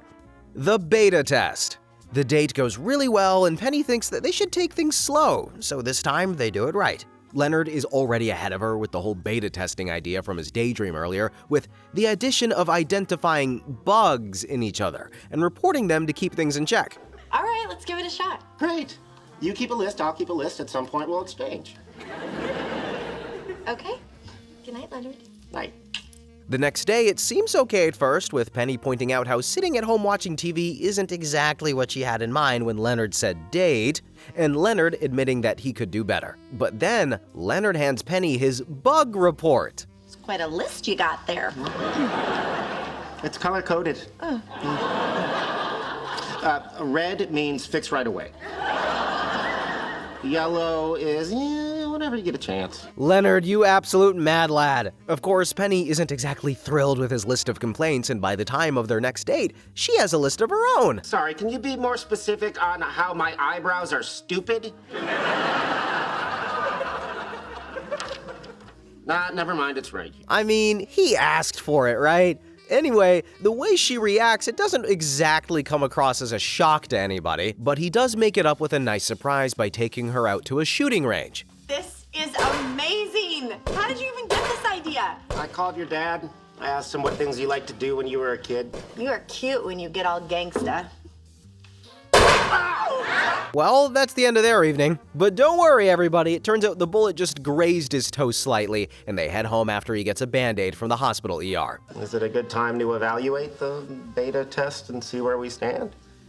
Things are looking good. Are we still taking things slow? Because a gunshot wound today, and last week I slammed my thumb in the kitchen drawer. We don't know how much time I have. Things are looking good indeed. And one day, when the power goes out randomly, Penny saves Leonard from Sheldon's emergency power outage drill by offering him wine and bubble wrap in her apartment instead. Easiest choice of his life. Anyway, you want to make out? I thought because our relationship's in a beta test, you wanted to take things slow. Lucky for you, there's nothing else to do right now.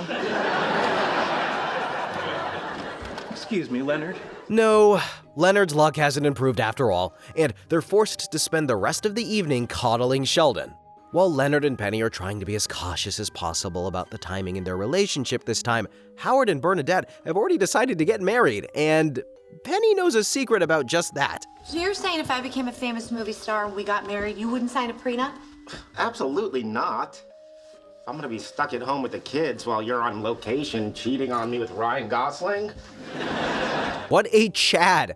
But more importantly, Leonard realizes that this means that Penny actually thinks about marrying him, and that it's a win in his books. The beta test continues, and when the boys plan an all-weekend gaming marathon, Leonard is conflicted between whether or not he should ask Penny for permission. But when he does ask her, she's totally cool with it. The entire weekend? You mean I wouldn't see you at all? But I just... No, I knew what I was getting into. You can't put a saddle on Leonard Hofstadter. Of course, he expected her to offer some resistance, so she humors him using her acting. Hi, puppy. I Poppy? What is that? An acting choice. Penny. Sorry, Stallion. Your weird friend Giraffe is here. Sheldon's interruption aside, that was wholesome. The proposal. Coming home from work one day, Leonard shows up at Penny's door with a container of deep voice gas, and they start playing around with it by inhaling it. And before you know, they're making out. Well, I've been thinking, and maybe I'm ready to take things a little faster. Oh, great. Mm-hmm. I promise, after waiting 4 months, fast is what you're gonna get. Surely Leonard wouldn't do something to mess it up now, right? Well, you couldn't be more wrong, my friend, because some things never change, and Leonard's tendency of getting ahead of himself is definitely one of them. And when I say ahead of himself, I mean way ahead of himself. No, it just came out. People say weird things during sex all the time. Okay, well, they sure as hell don't say that. Well, it's the heat of the moment. No, the heat of the moment is, oh yeah, just like that. Not, will you marry me? Classic Leonard, always finding new ways to mess up at the worst times. Again, I'm sorry. You know, with Howard and Bernadette getting married, I got caught up in a little wedding fever. I take it back. You can't take something like that back. I mean, what are we even supposed to do now? He even tries to play it off as something they can look back at as a funny story one day. Realizing he's only making it worse, he takes it as a cue to leave. Later, he runs into Penny as she's leaving for work. Follow up. Are we still dating? Yep. Is it still weird because I proposed? Yeah. I have a couple more quick questions. You want to call me from the car? Yeah, I mean, at least they didn't break up this time. That's progress, I guess. Next up, at Howard and Bernadette's makeshift wedding on the roof of the apartment building, their little spat continues. Problem? I think the Reverend Hofstadter is making an ironic connection between your statement about love and your rejection of his proposal in the bedroom. Well, thank you, Sheldon, for the explanation, air quote. And Leonard, he doesn't stop there. When it's his turn to speak, he doubles down. You are lucky enough to be best friends who love each other, because at its core, it has kindness, patience, and respect. Qualities that are hard to find in people these days. And I don't know about you, but I'm impressed Penny didn't react to that. And it's that maturity at this stage of the relationship that results in even messy situations like this to bring them closer instead of pushing them apart. Later, they all gather to watch the rocket carrying Howard and the rest of the crew to lift off into outer space, and as the countdown starts, the sarcasm fades away, and what's left is how much they really care about each other. Can't believe it. This whole time, a small part of me thought he was lying.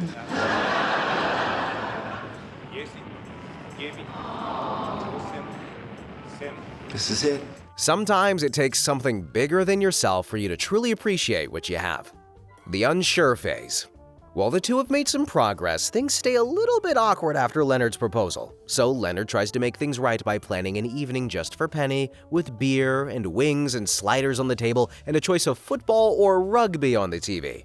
Now, Penny has had a long day at work and loves his thoughtfulness, but the fun ends before she can even begin to enjoy it. So where exactly are we in this relationship? Oh, come on. I just told you I had a hard day. You're right. I'm sorry. Let's watch the game. Progress? No, scratch that. We're back to Leonard pushing and Penny avoiding. What are you doing here? I thought you were out with Sheldon and Amy. I was, but it's the anniversary and I didn't want to be a third wheel, so I figured I'd come over here and hang out with you and Penny at your date. Oh, it's not really a great time. Penny and I have some things we need to talk about. No, we don't. Come on in. Penny's happy she doesn't have to deal with the issues, but Leonard can't take it, and he tells Raj he needs to leave. But Raj gives them a free therapy session instead. You get to look into each other's eyes and say, I love you. Actually, to this day, she's never really said it. Penny, that's ridiculous. You know you love him. You look him in the eyes and you say it. Raj. Oh, come on, you know you want to say it. I mean, Raj wasn't wrong about anything, but being forced is the last thing Penny needed right now. In fact, the whole thing leaves her even more conflicted about how she feels, and it really comes out later when the girls are sitting in her apartment, casually talking about marriage, and ask her about it. I had no idea you were unhappy. That's the thing. I'm not unhappy at all. It's just, I don't know. I've been in love before, but it felt different. But maybe this is a new, better, boring kind of love. Now, that's just sad. Amy and Bernadette can't relate and naturally get worried for them. Amy shares it with Sheldon, and he reacts by literally going over to Penny's bedroom and waking her up in the middle of the night to stop this from happening because he doesn't like change. Penny, What? please don't hurt my friend. That is the last thing I want to do. Thank you. Despite Sheldon's cold exterior, it's really quite wholesome that he cares so much about Leonard. Penny realized she can't keep running away from this, and the next day when she's having dinner with Leonard, she decides this is it. I don't really know how to say this. Just say it. Okay, here goes. You slept with him? I didn't know what else to do. He had those big, sad eyes. So she didn't face her feelings again. But maybe this time it was a blessing in disguise because of what happens next. Sheldon hires a new assistant, Alex, who Amy thinks might steal Sheldon from him. Penny naturally thinks the chances of that happening are next to zero, but she convinces Penny to join her in spying on them anyway. So what kind of research are you doing? High-energy lasers. Ooh, military? Not yet, but I can remove unwanted hair from 2 miles away. You were right. I had nothing to worry about. Well, this is an interesting development, and Penny could only stand by and watch it unfold. On the way home, Amy tells Penny that Alex was definitely into Leonard, but Penny isn't sure about how she feels. So it does bother you? Fine, it bothers me a little. No, you know what? This is stupid. Doesn't bother me. Okay, it bothers me. But only because she wouldn't stop laughing. Leonard is not that funny. Well, at least she admitted it bothers her. Progress. Later that night, while having some beer at Leonard's, she keeps asking him about his day as he's telling her everything except mentioning Alex, when, think of the devil, Alex and Sheldon barge in. Well, you're lucky. He seems very talented, and I'm sure a lot of people want to work with him. Oh, well, a lot of people can't. Where are we going? My limbic system wants to take your pants off. Well, y'all, that was spicy, but if it's helping Penny finally face her true feelings, I'm all for it, to be honest. Things moving forward? Heck, Penny even starts taking an interest in Leonard's work, guys, courtesy of Amy and Bernadette nudging her along and showing up at his lab office. Leonard, of course, loves the surprise visit and shows her all of his cool gadgets like an excited little kid. Take off your clothes. What? Here now? Yeah, you got a problem with that? Oh, no. It's kind of crazy. I've never fooled around in the lab before. Really? Never? No. No surprise, this becomes a bit of a routine. Just goes to show how a little extra effort can go a long way in a relationship, take note, people. And that's not all. Remember how early on in their relationship, Penny got insecure because of her academic background? Well, turns out she has rejoined school now and has been taking a history class at the Pasadena Community College. That's great. Great. Why wait so long to tell me? I don't want you to make a big deal out of it. Can I take a look? No, Leonard, this is my thing. Okay, I get it. Thank you. Spoiler alert, he doesn't get it. Later that night, while Penny's asleep, Leonard goes through her paper and practically rewrites the entire thing. When Penny finds out the next morning, let's just say it's not very pretty. You are such an ass. This is exactly why I didn't want to tell you I was taking a class in the first place. Please don't be upset. I didn't want you ending up with a bad grade and get discouraged and give up on the idea of going back to school. I mean, Leonard was definitely out of line there in my opinion, and when Penny shows up at his door after they had not seen each other for a couple of days, Leonard expects her to still be mad at him. I have no reason to be mad at you. Wow. That's right, on my paper, not yours, mine, you punk-ass elf. I don't know what to say. Of course, there's no way Penny actually wrote the paper herself. She made Amy and Bernadette do it. But Leonard got the message, and that's the only thing that matters to her. The unexpected happens. Later, Leonard and Penny are hanging out in her apartment when Leonard catches her texting someone. Who are you talking to? Oh, just this guy I met at school. Oh, great. We're still dating, right? Relax, he's just a friend. We're doing an oral report together. He's really nice. And she goes on to tell him how this guy Cole is even going to come over to her apartment to work the next day. And, I mean, you can't blame Leonard for getting a little insecure over that, although he does go overboard in his anxiety the next day. You're wondering why I've been staring through the peephole. I'm trying to get a look at this guy who's coming over to Penny's. After Penny wraps up with Cole and he heads downstairs to leave, Leonard decides he's not done yet and follows him down. That cute blonde on 4? Yeah, you know her? Fine, I'll see you around. I like to keep my distance because her boyfriend's a pretty scary dude. She told me he's a scientist. That's the name of his gang. Mission failed successfully, and now Penny's mad at him. They run into each other later as Penny's leaving for work, and she asks him why he doesn't trust her. But the truth is, Leonard is just being possessive because of his insecurities. This is all in my head. It's my problem, not yours. Leonard, why do you always do this? Listen to me, you are the one I'm with. You know I love you, so will you please relax because you're driving me crazy? She finally did it. She faced her true feelings. Things move forward. Leonard is already on top of the world after this, but later, when Alex randomly asks him out to dinner, even though he's not interested, having 2 young attractive women after him makes him feel like he's in dreamland, and he can't help but share it with the guys during lunch in the cafeteria. Sheldon, of course, goes and accidentally blabs to the girls while asking them for advice on how to manage his workplace dilemma of his assistant hitting on his colleague. Well, what should I do? Well, Alex is your employee. If she's doing something that's making Leonard uncomfortable, you should talk to her. Oh, no, he's not uncomfortable at all. No, he's loving it. Yeah, he's strutting around like he's 5'6". Amy and Bernadette reassure Penny that Leonard would never cheat on her, but Penny's still mad at Leonard. Of course, and she makes that clear to Leonard when she runs into him in the apartment hallway later. Oh, and who's that? What do you mean? Oh, I just didn't know if you meant me or Alex. Why would I mean Alex? Because I know she hit on you, and I know you liked it. The cat is out of the bag, and Leonard realizes he needs to make up for it big time. And he does exactly that when he shows up at her door later. Why are you smiling? I'm sorry. I just never think of you having feelings like that. Well, I do. Why? Nothing is ever going to happen between me and Alex. After seeing Penny running away from her feelings for 6 seasons, it's refreshing to see how much she's changed and how comfortable she's gotten with Leonard. But like it's always been with these two, the second things start going well, Leonard tries to fast forward them. When Leonard and Sheldon have a big fight because Leonard is sick and tired of Sheldon's annoying habits, Leonard decides that he's had enough and literally wants to move in with Penny, thinking about how she would have no problem with that. Well, he couldn't be more wrong. It sounds to me like you don't want us to live together. No, I do. It's a really big step. We're together all the time. Financially, it makes great sense. Can you think of one reason why we shouldn't do this? This prompts Amy to want to move in with Sheldon and throws the entire group into chaos as both Sheldon and Penny agree that neither of them is ready for such a big step. Since when don't you want to live with me? Oh, don't get all huffy. You're the one who decided to move in without even asking me if I was ready. Yeah, I think we should talk about that. And since you love the truth so much, why don't you tell Amy you don't want to live with her instead of blaming it on me? So Leonard realizes he got a little too ahead of himself while Sheldon was just being Sheldon, and with that, everything goes back to normal. Next up, it's Valentine's Day, and while Penny thinks there's just too much pressure attached to the day of being special, but it always falls short, Leonard is convinced this time will be different. The two go on a double date with Howard and Bernadette. Penny loves the restaurant, and things are looking good until Penny spots someone. It's just this guy I used to date.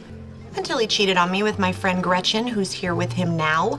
You're kidding. And it looks like she lost a lot of weight. Damn it. I know it's not ideal, but don't let them ruin our night. So despite Leonard's attempts to try to have a nice time, Penny remains fixated on her ex and Gretchen instead. Uh-oh.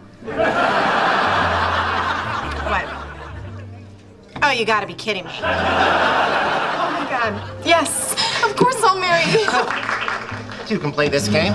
Penny? Get up. And eventually, Leonard has had enough and snaps. Come on, don't make this about you. Oh, I'm not. It's about you. Yeah, well, whatever, okay? I told you Valentine's Day sucks. This one does, and you're the reason why. What? Y'all, that was brutal, but deserved, honestly. And things, they stay much the same for the rest of their date, as Howard and Bernadette can only watch the chaos unfold. The sour mood follows them home, and Leonard confronts her about it. Obviously, I have some commitment issues. Glaringly obvious. Go on. As long as things keep going great between us, you'll keep asking me to marry you, and eventually I'm gonna end up saying yes, then we're gonna be married forever, and the whole thing just freaks me out. Leonard finally understood what was going on. He promised he would never propose again, and that it's all on Penny whenever she's ready to go for it herself. It's a simple solution, but she loved it. You know what? This might be the wine talking, but I have a very important question to ask you. You do? Will you be my Valentine? What a heartfelt moment. Guys, it's moments like these that continued to bring the two closer and closer. And even on a personal level for Penny, when she started feeling under the weather about how all her friends are really passionate about people with successful careers, and she's kind of the odd one out, it's her relationship with Leonard that gave her hope. I've got you, I've got Sheldon, all these wonderful friends. My life is exciting right now. It's a big deal. It is, isn't it? Just goes to show how much more mature Penny has gotten over the years. The Hawking Expedition. So things have been going great between Leonard and Penny, but then Leonard gets an incredible opportunity to go with fellow scientists on a 4-month expedition to the North Sea, being sent by Stephen Hawking to test a theory. Of course, this means Penny can't come visit, and Leonard gets anxious that the distance might harm their relationship. You have to go. It sounds like an amazing opportunity. And I'm just basing that on how much I didn't understand what you said about it. Okay. I'll confirm the travel arrangements in the morning. Okay, good. It's a wholesome moment as Penny is super supportive and she makes him feel like there's nothing to worry about. So it's decided, and a couple of weeks later, Penny and Sheldon go to the airport with Leonard to see him off. Something I want to give you. Leonard! Sorry, it's just a heart-shaped locket with a picture of Leonard's face in it. He got them all on clearance. Now move, move, move! I love you. I love you too. In the following months with Leonard away, both Penny and Sheldon find themselves having a difficult time coping with it and often end up confiding in each other. One day, they're sitting together playing chess. Yep, you heard me right, by the way. Penny playing chess with Sheldon when they decide to give him a call. Turns out Leonard was in the middle of a dance party having the time of his life, and eventually the connection cuts off, leaving Penny feeling like crap for missing him in the first place. That's great. You can stop trying to make me feel better now. Actually, I can't. Before Leonard left, he made me promise that I'd take care of you. He did? Yes. Oh, that's really sweet. That cheers her up instantly, but not as much as when Leonard surprises her by coming back home early and sneaking into her apartment. Oh my gosh, you were supposed to be here till Sunday. We finished the experiment early, so I thought I'd come home and surprise you. Oh my gosh, why are we whispering? I didn't tell Sheldon so we could have a few days alone. Oh, that is so romantic. Sure, that's why I did it. In reality, he just wanted to avoid Sheldon, who eventually does find this out, but let's just call it a happy coincidence. And with Leonard back, everything seems normal again. The final stretch. On the way up to their apartment, the two are talking about how romantic it is that Howard is writing a song for Bernadette for their anniversary of their first date, when Penny asks Leonard why he doesn't do things like that for her. The irony. I do romantic things for you all the time. Can you even name one romantic thing you've done for me? I can name tons. Sex doesn't count. Oh. Now, Penny knows she was out of her depth in this one, but with the help of Raj, she was able to cook up something special. A candlelight dinner that she made herself, some romantic background music, and even a rose petal trail leading to a gift that would show just how much she loved Leonard. A first edition of A Hitchhiker's Guide to the Galaxy, Leonard's favorite book growing up. I believe you saved all this stuff. Of course I did. It's you. When the intentions are pure, things somehow fall into place. Always. Next up, it's Thanksgiving, and the gang gets invited to Howard's for dinner. But before that, earlier in the day while having brunch, Penny casually mentions how she had a fun Thanksgiving in Vegas with her ex Zach. They went gambling, went to a chapel, and rounded it off with dinner at a strip club. Wait, you went to a chapel? Yeah. Why? We had one of those silly fake weddings.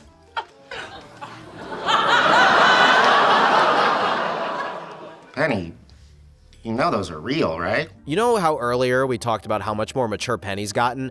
Well, this is the kind of stuff I was comparing it to. And let's just say, though, Leonard is not thrilled. You're actually married. You need to get this taken care of. I will. Why are you making this such a big deal? Oh, I have a reason. It could be because you said yes to marrying Zach, but every time Leonard's proposed, he's gotten a resounding no. You can always rely on Sheldon, though, to fan the flames. The argument continues at Howard's place as Penny is mad at Leonard for blaming her for something she didn't do intentionally, and Leonard is mad at her for being so careless. Eventually, they get some annulment papers, and Penny, sick of the whole thing, actually invites Zach over for Thanksgiving dinner to get the papers signed. But that only makes Leonard more mad. Oh no, are you dying? I'm about to. Sign the paper. You know what they say, happy wife, happy life. Now that that's taken care of, the gang looks to finally enjoy their Thanksgiving dinner, and that gives Leonard and Penny the perfect opportunity to put it behind them and make up. I am sorry about today. And I promise next time I get married, it won't be a joke. It'll be for love. Or money. The whole thing was wild, to say the least. But all's well that ends well, I guess. Moving on, Penny finally catches a break in her acting career and gets a part on a TV show. It was just 3 lines, but hey, a part is a part, and Leonard and the rest of the gang are excited and happy for her. But later, when they all gather to watch the episode with her scene, it's not there. It got cut. Welcome to show business, kid. Penny is devastated and excuses herself. She just got embarrassed in front of all of her friends and even her family back at home, all of whom were hoping to see her on TV. Sometimes life is too cruel. Leonard goes to comfort her but ends up telling her that she shouldn't be so hard on herself because it's not like those lines were going to make a big difference in her career anyway. Yeah, great job, Leonard. That is not what I said. Look, I think you're really good. I truly do, but this is an incredibly hard thing that you're shooting for. I mean, the odds of anyone becoming a successful actor, like 1,000,000 to 1. There's a time for being real and there's a time for just being supportive. Leonard, he picked the wrong one. Leonard realizes he messed up big time and eventually shows up at her apartment to apologize. He even gets a Star Wars audition, which Penny thinks is more of a stupid PR stunt, as literally anyone can record a video of themselves and submit an entry. Later, she drops by Leonard's, drunk and feeling lost and hopeless. You know, I love you, but you're drunk and sad and feeling lost. Okay, so you don't want to marry me? Well, that is not what I said. No, forget it. I take it back. Offers off the table. Man, how does he do it? Throwback to the time when Leonard and Penny were just friends and showed up drunk at his apartment. He didn't take advantage of the situation then, and all these years later, he didn't do it again. And even though Penny was mad at him at first, eventually she comes around and appreciates him for doing the right thing. She wasn't just mad though, she was taking some time to herself to figure out what she wanted. And she decided to quit her job and go all in on her acting to make it happen. And this time, Leonard supported her every step of the way. Heck, when things got tight financially and her car broke down, he drove her around to auditions, and when nothing worked out, Penny really thought she would have to go back to work at the Cheesecake Factory. But then, Leonard does something special. It's nothing fancy, but it'll get you to auditions, and at least for now, you don't have to go back to waitressing. I don't know what to say. Don't say anything. Some things in life are beyond valuation, and what Leonard did for her in that moment, it was one of them. But moving on, when Professor Proton, Sheldon, and Leonard's childhood inspiration passes away, they both get really upset, and Penny goes with Leonard to attend the funeral, where Leonard ends up talking to her about how he doesn't want to die with regrets. I regret not saying yes when you asked me to marry you. Well, it just wasn't the right time. Yeah. And this is also not the right time. Do not propose. The fact that they're able to joke about this and tease each other in this way tells you just how far they've come together. The engagement. By this point, we all know it was only a matter of time before they got together officially. And when Penny gets fired from her acting gig, she starts rethinking everything and realizes she needs to start making smart decisions to get her life in order. And that starts with marrying Leonard. We could get married. Come on, be serious. I am. But Leonard, he doesn't exactly feel great about being the boring, smart choice. Then I guess I'm in. Really? You guess you're in? Not like, I guess I'm in. Like, I guess I'm in. Okay. Cool. So is that it? Are we engaged? Yeah, I think so. Couldn't have imagined it happening any other way. But it does get that romantic touch too because of what Leonard does next. Penny, will you marry me? Oh my God, yes. This would have been so much more romantic if you didn't have monkey hair on your finger. So Leonard and Penny are finally engaged, and naturally they now want to live together. But Sheldon, as we all know, cannot deal with such big changes, and he panics and literally runs away. Eventually, they bring him back and settle for keeping the living situation as it is for now. Marriage is scary. As the shadow of the impending marriage looms over them, Leonard and Penny start to feel the true weight of what they've just committed to. Bernadette helping Penny get a sales job at her company helped, but when Sheldon brings up a relationship test that predicts the stability of a relationship based on closeness and tells them that he thinks Leonard and Penny are ranked dead last as a couple in their whole group, the two naturally start feeling insecure. That we're engaged and have nothing in common, and it scares me. This might make you feel better.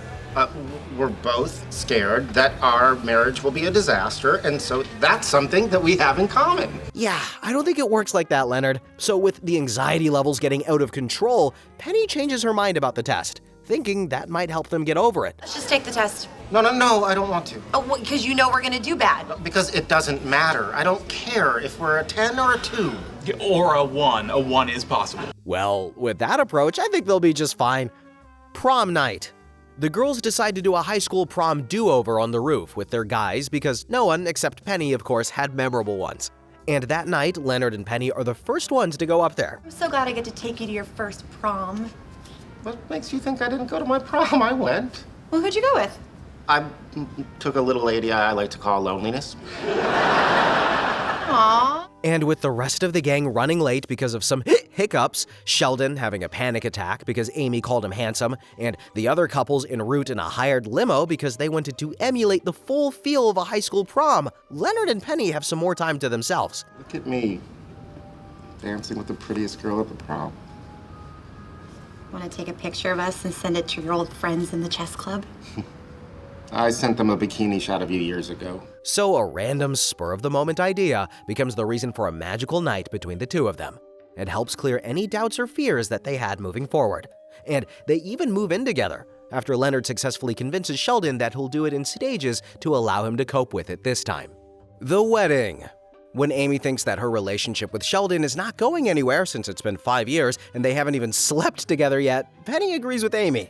But then Sheldon flips the script and points out how Leonard and Penny are in the same boat. They've been engaged for over a year and they don't even have a wedding date set yet. It's clear they've been trying to avoid talking about it because they don't want to mess up anything, but Sheldon pointing it out made them realize they need to do something about it. Leonard tries to be supportive that it doesn't matter to him if the date is years from now, but in the middle of all the stress, Penny has her own situation. I'm free tonight. You saying you want to get married? Vegas isn't that far away. I'm in. Let's do it. After all these years, it's finally happening. So Leonard and Penny are heading to Vegas, and on the way, Penny's all excited about how they are stepping into this new phase of their life with no surprises, no regrets, when Leonard reveals he has something he needs to tell her. There was this girl. What did you do? Nothing, really. It was just kissing. And then what? And then nothing. I stopped it. It still bothers me. Look, y'all, I'm all for honesty, but man, this was not the time. Penny, she tried to be cool with it at first, but it just spoiled the whole mood, and she just got upset that Leonard chose to talk about this now. To her, it felt like he was sabotaging their special day. And while it wasn't his intention, this conversation really could have been had another time, right? But anyway, they reach the wedding chapel and all dressed up are waiting for their turn, but it just feels off. If you're not into this, we can do it another time. No. No, I want to. Look, we've put this off long enough. Let's do it. Oh, it's exactly what you said the first time we slept together. So the tension breaks for now, and they decide to go ahead with it.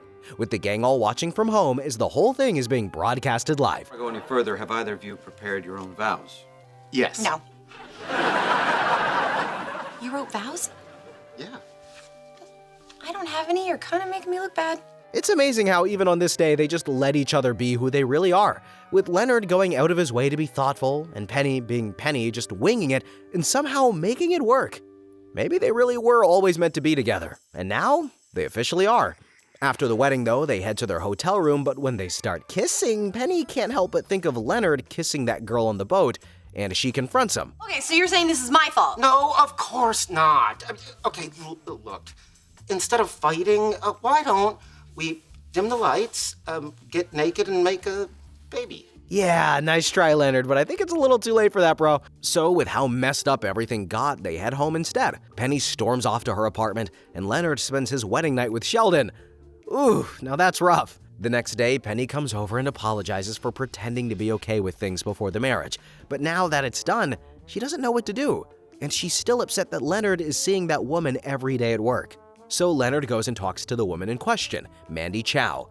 Turns out she also thinks Leonard is sabotaging his relationship as it was just a kiss, making Leonard realize something important. I've loved you since the moment we met, and I will keep loving you until the end of time.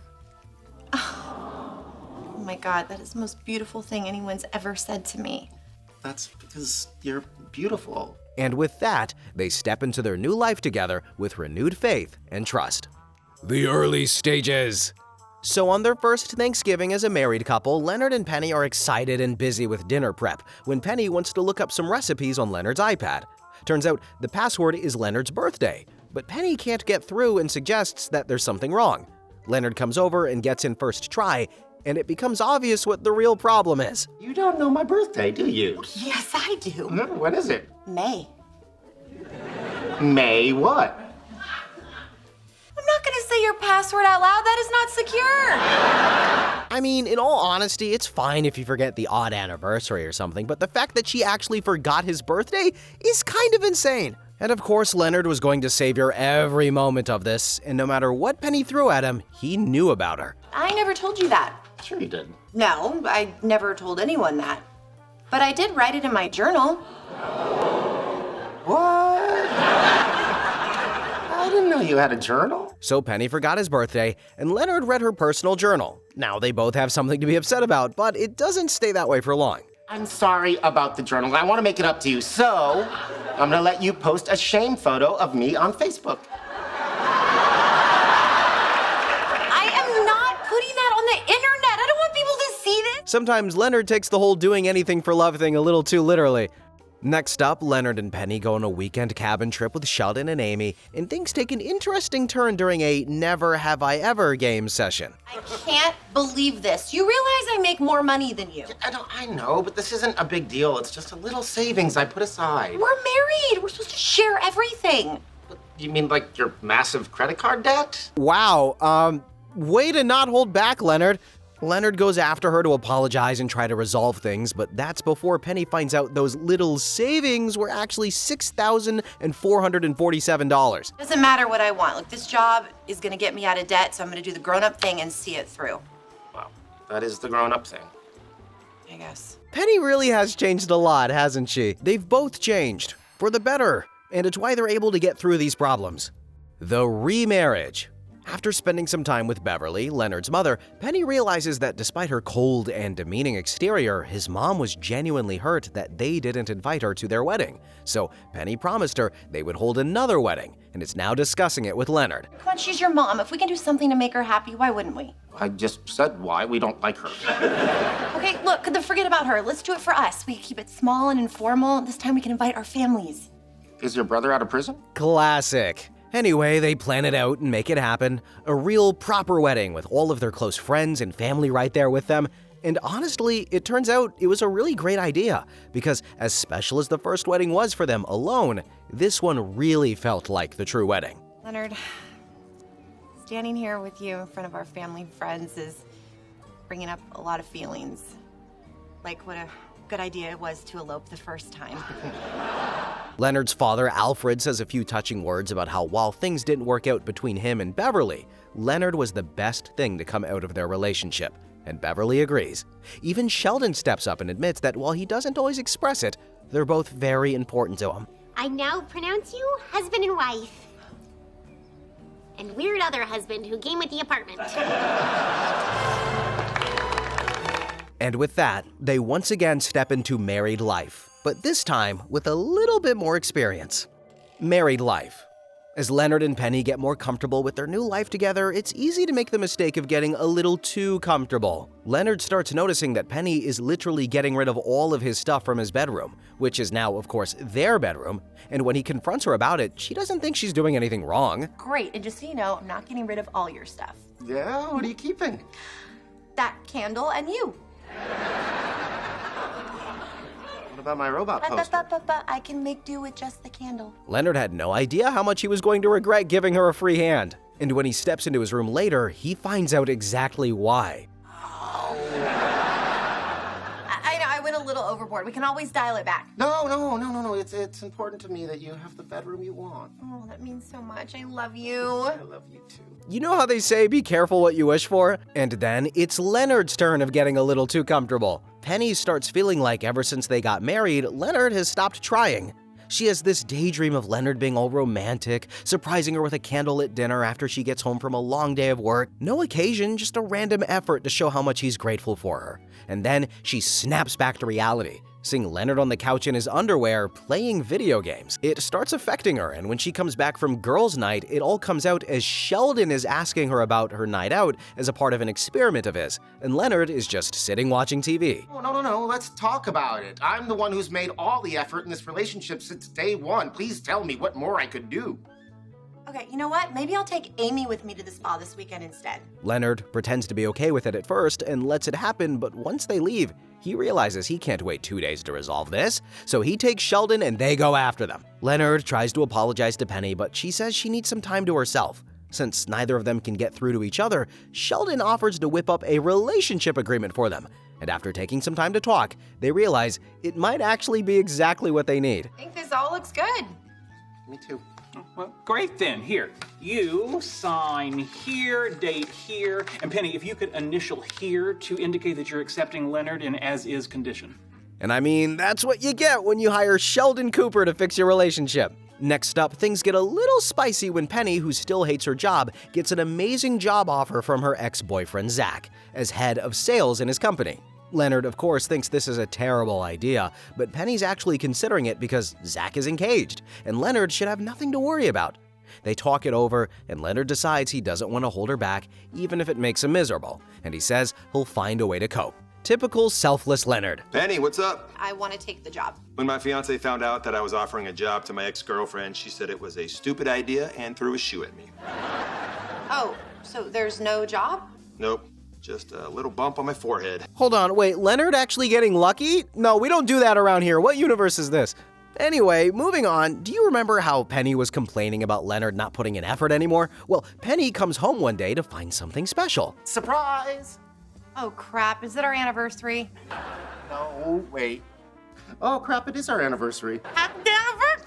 Next up, when Sheldon casually mentions Bitcoin, the guys realize they might have accidentally fumbled what could have been a life-changing amount of money, as years ago, they spent a considerable amount of time playing around mining some Bitcoin, and then totally forgot about it, thinking it was useless fake money.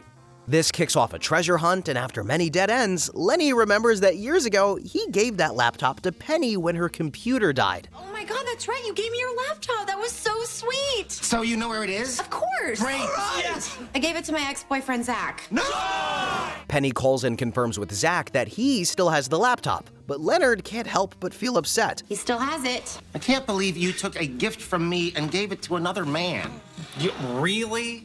Of all the things she's given to other men, that's what you're concerned about. Now, Penny shrugs it off as not a big deal because they were broken up when this happened, but Leonard is upset at how quickly she moved on from their breakup that she would give away his stuff too. And the argument continues all the way to Zach's apartment. So do you have it? Of course I do. Penny gave it to me as a gift. You don't get rid of something like that. Huh. All right, I'm sorry I gave away your stupid laptop. Yeah, you should be. We were broken up for like 5 minutes. He might be dumb as hell, but he was right this time. Zach then hands over the laptop and assures Leonard that he has nothing to worry about, because Penny used to talk about Leonard all the time when they were together. And the laptop also has a video from back then in which she's drunk, trying to express how much she cares for him because she can never face her feelings normally. Sheldon, go away. I'm making a video. Oh, I'm sorry. I'll come back when you're alone. No, I am alone. I'm just telling Leonard why I broke up with him. So it wasn't easy on her after all. She just had her own way of coping with things. But it's crazy how she could see herself marrying him all those years ago even. Some things are just meant to be, I guess. The end. And a new beginning. In the show's finale, Sheldon and Amy have won the Nobel Prize and are preparing for the ceremony. But Leonard and Penny have their own reasons to celebrate. Was Amy suspicious when they had to let your dress out? No, she was so happy she didn't even question it. Someone's gonna figure it out. Why don't we just tell people? No, it's too early. I haven't even wrapped my head around it. My head is wrapped. Yeah, well. Even though Penny never really saw herself having kids, and she and Leonard had talked about it more than once, their relationship has always had a funny pattern.